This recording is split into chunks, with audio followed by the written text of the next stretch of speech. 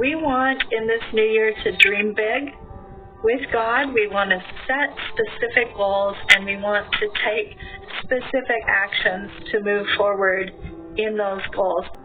We need to hear his voice if we want to be fruitful in what we do in the coming year. So pause to listen to God. A few hours at least, I even recommend more, a day or two, where you are simply in a posture of listening to his voice. A few verses that come to my mind when I think of this is Exodus 33:15 to 16. Then Moses said to him, "If your presence does not go with us, do not send us up from here. How will anyone know that you are pleased with me and with your people unless you go with us? What else will distinguish me and your people from all the other people on the face of the earth?"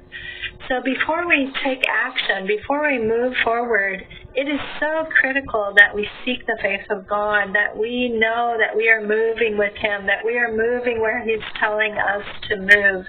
And otherwise we stay put, right? We must be a people who hear his voice and who follow his leading alone, who don't follow our own instincts or our own desires or our own goals. But here are some questions that you can ask of God as you look at goals for the new year. One question is to ask God, what do you long to do in the new year, and how can I join you in that? That's always a great question. We can ask him also, where are you longing to move and work? God, what is on your mind? Where are you wanting to move? Maybe there are things or places of ministry that you haven't thought about where God is longing to pour out his Spirit. When we move with him, we will see great effectiveness.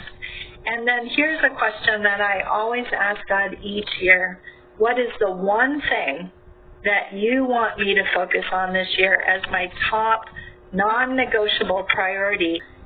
We want to remember that our thoughts are not his thoughts, right? So don't make assumptions about what you should be doing in this coming year or what your goals should be. But seek his thoughts, right? It says in Isaiah 55:8-9, "For my thoughts are not your thoughts, neither are your ways my ways, declares the Lord. As the heavens are higher than the earth, so are my ways higher than your ways, and my thoughts than your thoughts." The second thing we want to do after we listen is to write them down. We want to write down the goals. Dr. Gail Matthews, who studies this, she said, you are 42% more likely to achieve your goals by writing them down, right? So that's just psychology. The moment we put something down on paper, the likelihood that we will actually do those things.